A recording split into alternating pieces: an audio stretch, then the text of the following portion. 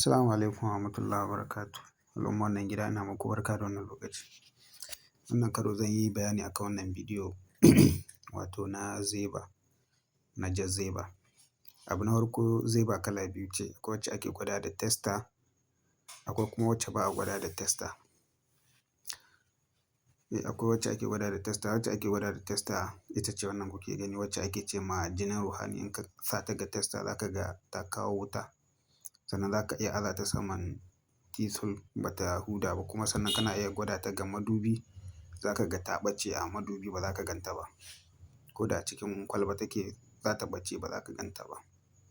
To wannan ita ce jinin ruhani. Wacce ba a gwadawa da tester ita ce ake cewa a India. Sannan wannan shine bayanan da na yi akan tauraro mai kusurwa takwas. Shine za ku gan shi a farko.